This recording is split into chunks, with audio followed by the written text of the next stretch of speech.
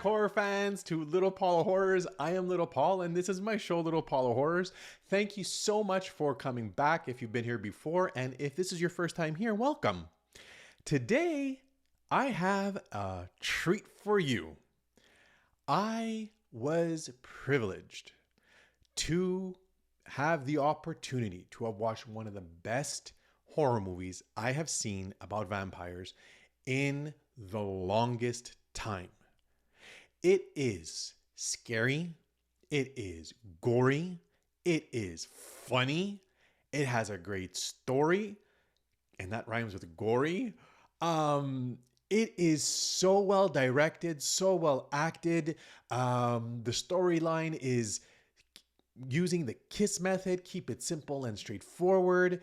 The actress who plays, who plays the villain, amazing for a child actress or a child actor. Amazing.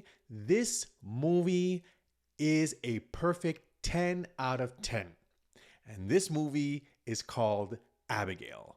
This movie knocked my shoes and my socks right off of me. I'm telling you, it was wow. It was just so good. It is so good. If you want to thrill ride, if you want to go and watch something that's going to keep you on your toes and where you're going to get involved with the characters, enjoy the storyline, the gore and the blood and the scare scenes, and the very original manner in which they use the skill of ballet dancing within the kill scenes, you need to watch this movie. So let's get into the facts. This movie was directed by the Scream 6 directors of Matt Bettinelli Open and Tyler Gillett, or Gillette, as ever, however you would like to pronounce his last name. And it came out April 19th of this year, 2024. Very recent. And the following is the cast of the movie. You have Melissa Barrera, who plays Joey. You have Don Stevens, who plays Frank. And then Alicia Weir, who plays Abigail herself. Alicia Weir, wow, fantastic child actress. Very, very good. She played an amazing, her role, wow. I was just, wow. Great performance. We have William Catlett as Rickles, and then we have Catherine Newton as Sammy. I love Catherine Newton as Sammy, adorable. Kevin Duran as Peter, and then we have Angus Cloud as Dean. From there, we have Giancarlo Esposito as Lambert, and then Matthew Good as Abigail's father.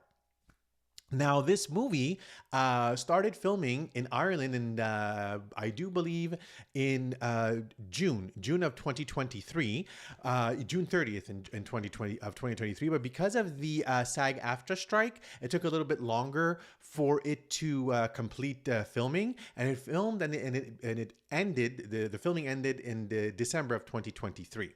Actually, the precise date is December 15th, and it was supposed to be called Abducting Abigail. But they decided that they were just going to go with Abigail, and I found that was a lot better of just, to keep the mystery instead of and giving the story away in the title of the movie. Just keep Abigail. And I thought that was fantastic on their part. What can I say about this movie? As you see at the beginning of my video, it's a 10 out of 10. It is a 10 out of 10. It is perfect. This movie, when I went to go and watch this movie, I didn't think much of it. I'd seen the trailers online, and I'd seen them on my phone and online and on TV, and I thought to myself, give it a shot. Obviously, I love vampires. Vampires are my all-time favorite supernatural being, supernatural villain being or monster, as whatever you want to call it. And I said, you know what? Let me go watch this. It kind of looks interesting, So I was not expecting what I watched yesterday. So basically, spoiler alert. So for those people who haven't watched it, spoiler alert. I'm letting you know. Spoiler alert. Spoiler alert. Spoiler alert. So the movie begins off with watching with Abigail, and she's dressed up as a ballerina and she's dancing. So I guess she's out of practice or whatever. It doesn't matter. She's just dancing at the beginning. And we see after that, like it coincides, there are split scenes that are happening between her and a crew of individuals all dressed up in black. And they are discussing, a mark that they have that they're going to go and take, that they're going, a job that they have to do, an illegal job. So unbeknownst to them, or specifically Melissa Barrera, unbeknownst to her, that the mark is Abigail.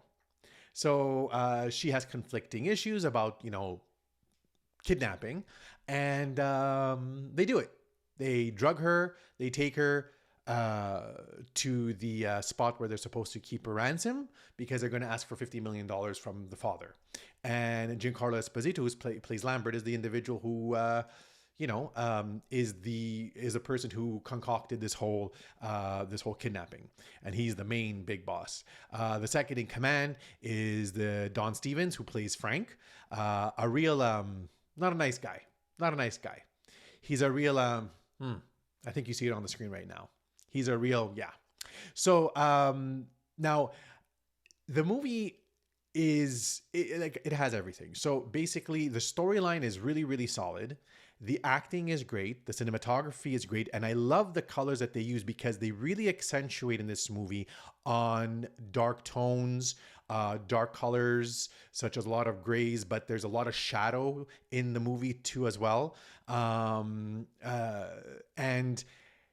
the gore, which I found makes this, the gore is really, really accentuated.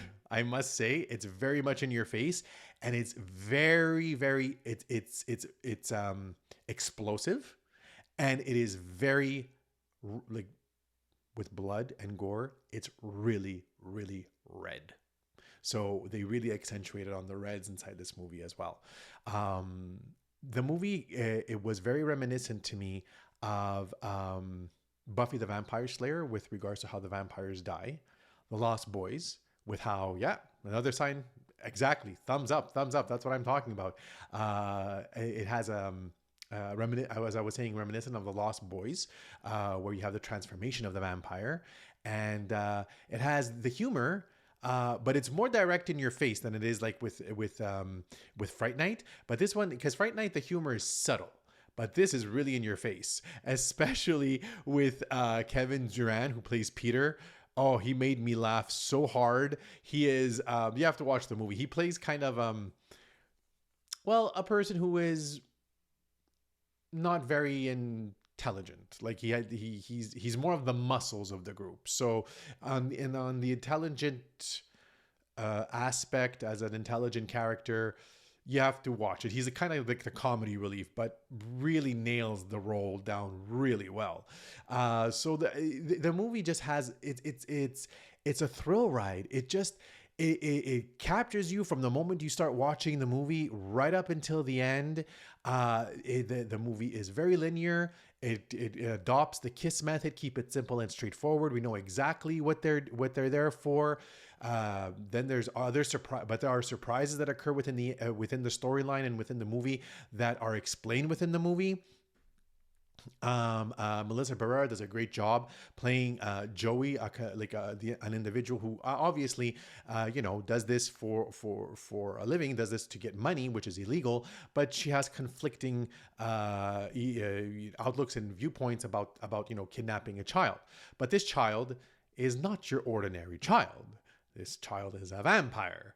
And it was actually, the movie was supposed to be called, well, actually, it's not supposed to be called because I already mentioned that. The movie itself is a reimagining of the 1936 classic Dracula's Daughter. So they decided that they were going to use that as inspiration for this movie. Now, Alicia Weir, who plays Abigail, amazing. I was floored. This actress,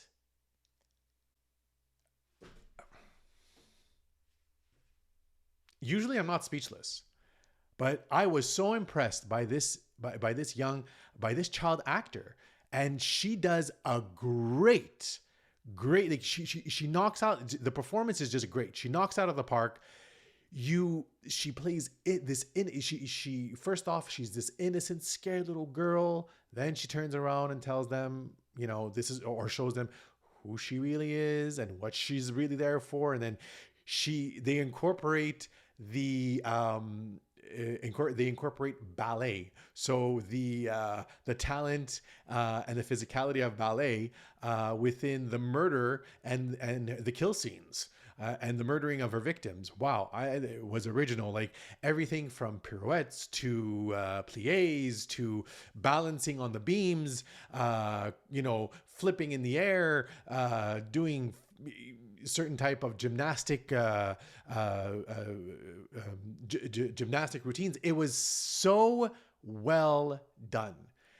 The movie itself, I rate it 10 out of 10. It's excellent. It has everything that you could possibly want in a horror movie. You are entertained. You root for the main character, for the heroine, which is played by Melissa Barrera Joey. But you also afterwards root for Abigail, and you have to watch the movie to know what I'm referring to. So go out and watch the movie so you can understand that. But I offering you this note of advice. Please, when you go to watch this movie, just go in it and just say, I want to enjoy a really good storyline with really good acting. The chemistry between the actors is great.